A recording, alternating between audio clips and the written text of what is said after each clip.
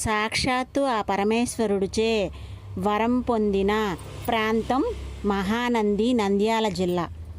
పూర్వం కృతాయుగములో శిలాద మహర్షి సంతానం కోసం ఘోర తపస్సు చేయగా అప్పుడు పరమేశ్వరుడు సాక్షాత్కరించి శివభక్తి కలిగిన 2 సంతానమును అనుగ్రహించినారు. వారి పేర్లు పర్వతుడు, నందుడు. 2వ వారైన నందుడు వేల కొలది సంవత్సరములు ఆహారము తినక మహాతపస్సు చేసి ఋషిగణముల చేత సునంది, శ్వేతనంది, మహానంది అని నామములు పొందెను.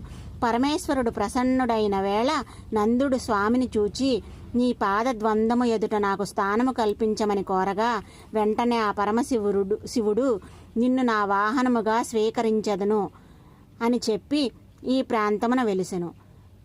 ఈ క్షేత్రం మహానందిగా ముల్లోకాలలో ఖ్యాతి పొందింది. ఇక్కడ జలమును తాగిన వారు సర్వపాపములు తొలగుతాయి.